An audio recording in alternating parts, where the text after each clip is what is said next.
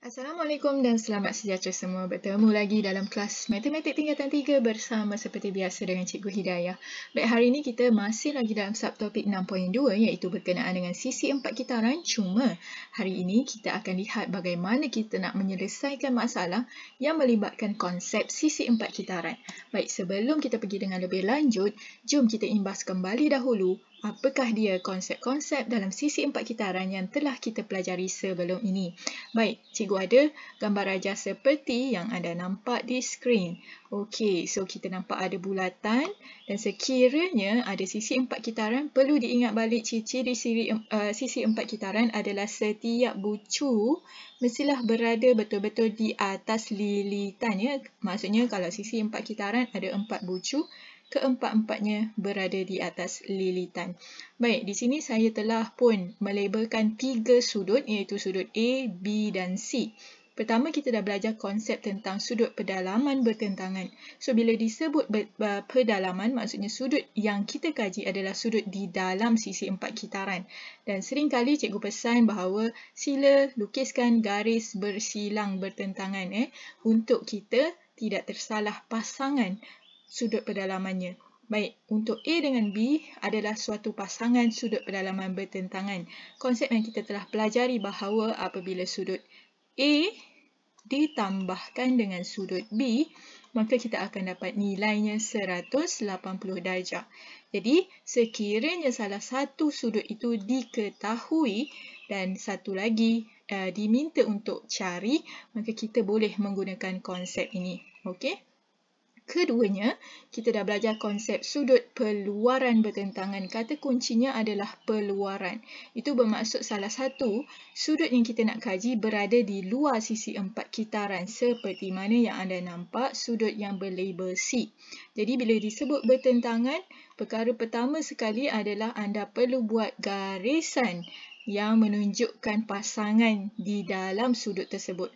Maka kita terus sahaja tanpa fikir panjang lukiskan garisan A ke B. Dan yang dikatakan sudut peluaran bertentangan, pasangannya adalah sudut C dan yang bertentangannya adalah A. Apakah konsep dia? Sudut A adalah sama nilainya dengan sudut C. Baik, itu adalah dua konsep yang kita telah pelajari sebelum ini. Make sure anda ingat konsep tersebut. Okey, sekarang kita akan lihat kepada contoh soalan. Baik, cikgu menggunakan contoh soalan di dalam modul muka surat 54 soalan D, soalan 1. Okey, seperti yang anda nampak lihat di sini, ini adalah merupakan suatu bulatan dan kita diminta mencari nilai X. Perkara pertama anda perlu buat adalah sila kenal pasti sudut X itu berada di mana. So, kita nampak sudut X ini berada di luar suatu bucu sisi empat kitaran. Okey, sila perhatikan X berada di bucu D dan D adalah merupakan salah satu bucu sisi empat kitaran. Kalau cikgu boleh tulis atau lukis semula sisi empat kitarannya. Okey, so ini adalah X. Okey, so kita nampak bucu dalam sisi empat kitaran dan cikgu dah ingatkan seringkali kita terus sahaja buat satu garisan bertentangan supaya kita tahu pasangannya. Jadi kita gunakan konsep sebelum ini yang cikgu dah pesan bahawa kalau dia adalah sudut peluaran, dia adalah sama nilainya dengan sudut yang bertentangan iaitu DB. Tetapi masalahnya sekarang, kalau kita hanya merujuk kepada sisi empat kitaran tersebut, kita tak ada nilai B. So kita tak boleh cari nilai X. So kita perlu cari dahulu nilai B itu. So di sini, kalau kamu perhatikan, ada satu lagi bentuk yang kita dah pelajari sebelum ini yang selain daripada subtopik sisi empat kitaran, iaitu di mana anda akan nampak suatu bentuk roket. Ingat lagi tak? Bentuk roket, cikgu dah ajar sebelum ni dan diberi nilai sudut di luar bentuk roket tu adalah 130 darjah. Dan kita tahu, kita dah belajar kalau dia adalah bentuk roket, perkaitan di antara yang di hujung bucu roket dengan yang di pusat. Ini di pusat kan nampak sebab dia label situ O. So kita tahu di pusat sentiasa lebih besar. Katalah ini saya anggap sebagai B. Jadi di pusat lebih besar daripada B. Berapa kali ganda? 2 kali ganda. Jadi bila kita nak mencari nilai B, kenapa kita nak mencari nilai B? Kerana kita nak cari X tadi. Okey, so kita tak boleh dapat nilai X selagi kita tak dapat sudut di B tersebut. Jadi B itu kita boleh cari dan kita dah tahu bahawa konsepnya dia adalah lebih kecil, okey, daripada sudut di pusat. Jadi kalau di pusat 130, maka sudut di B kita bahagi 2 sebab dia lebih kecil, 2 kali. Jadi kita bahagi dengan 2, so kita akan dapat 65 darjah. So apabila kita dah dapat nilai 65 darjah, barulah kita back semula kepada sisi 4 kitaran. Dan kita dah tahu sini nilainya adalah 65 darjah. Dan oleh sebab itu kita dah boleh abaikan yang di dalam ini sebab kita dah dapat nilai B.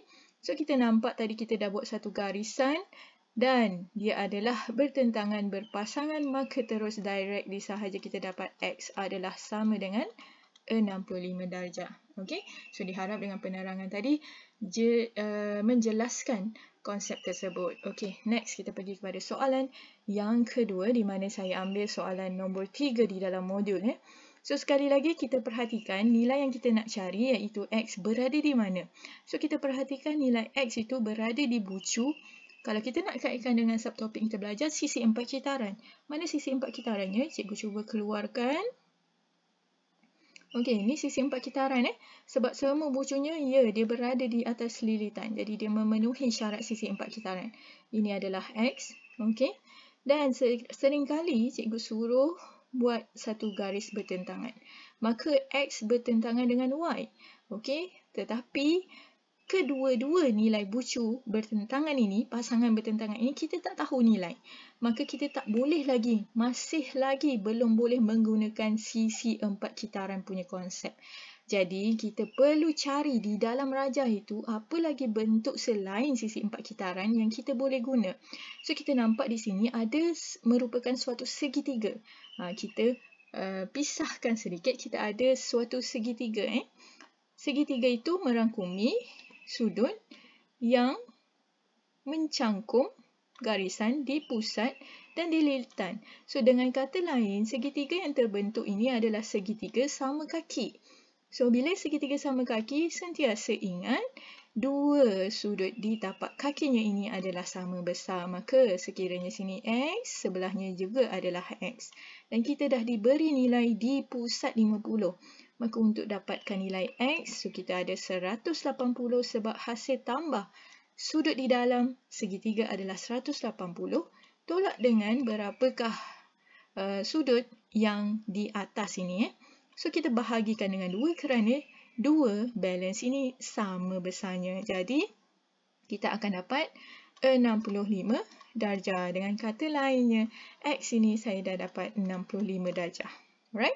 So, bila saya dapat X 65 darjah, kita nampak X dengan Y tadi, dia adalah sudut pedalaman bertentangan. Ingat lagi apa konsep sudut pedalaman bertentangan. So, kita tahu konsepnya adalah X tambah Y, dia akan dapat 180 darjah. So, apabila kita dah tahu nilai X iaitu 65 darjah, okay, kita akan ganti sahaja dalam persamaan.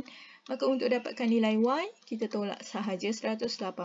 Tolak dengan 65 darjah. Okey, so kita tekan kalkulator. 180 tolak 65 darjah, maka kita akan dapat 115 darjah. Maka selesai untuk nilai X dan juga nilai Y.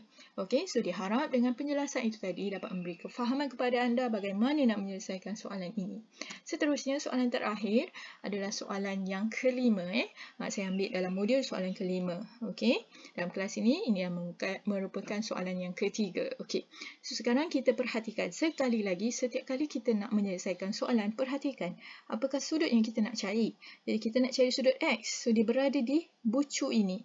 Dan kita perhatikan, X itu berada di bucu apa?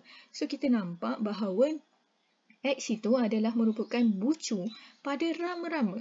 Ingat lagi tak? Kita dah belajar bentuk rama-rama kan? Dan setiap bucu rama-rama itu berada di atas lilitan. So, bila berada di atas lilitan, dia adalah sama nilai kiri dan kanan. So, ini X 35. Maka kita terus sahaja direct, kita dapat X adalah 35 darjah. Okey, walaupun kita berada pada subtopik sisi 4 kitaran, walau bagaimanapun kita perlu menggunakan konsep sebelum ini yang kita dah pelajari. So X selesai. Sekarang kita nak lihat Y. So kita perhatikan Y.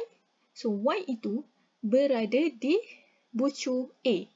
Dan kita cari apa konsep yang kita dah pelajari yang berkaitan dengan Y. So kita nampak Y itu merupakan salah satu bucu di dalam sisi 4 kitaran. Okey, cikgu boldkan, highlightkan, perhatikan.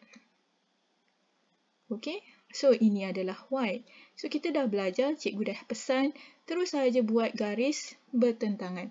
So Y dengan garis bertentangan itu kita tahu dia punya perkaitan dia adalah hasil tambahnya 180. Baik, tetapi sekarang kita perhatikan nilai yang kita ada adalah 95. Okey, so 95 itu adalah dari hujung ke hujung, bukan satu bucu pada sisi 4 kitaran tersebut. Maka kita perlu dapatkan hanya sebahagian ini sahaja. Maka kita perlu tahu hujung bucu ini.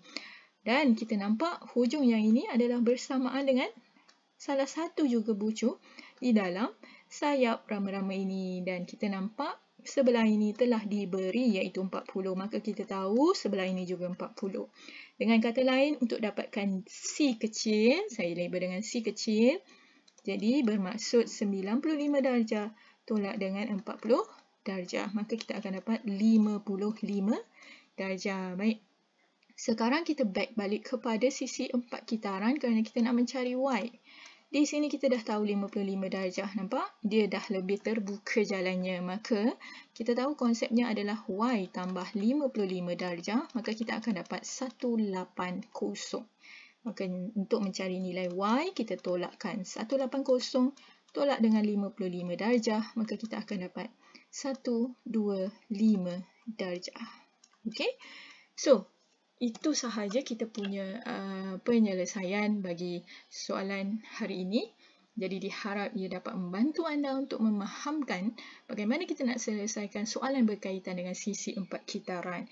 Baik, lanjutan daripada itu, untuk sebagai latihan pengukuhan, anda boleh cuba buat modium Kusat 54, buat soalan 2, 4 dan 6. Sekali lagi, kalau ada sebarang pertanyaan, sila tanya dengan cikgu ya.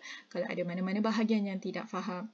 Baik, sampai sini sahaja kelas kita. Tahniah sekali lagi kepada yang berjaya mengikuti kelas hari ini. Anda memang merupakan dalam kalangan yang terhebat. Okey, sekian sahaja. Terima kasih dan Assalamualaikum.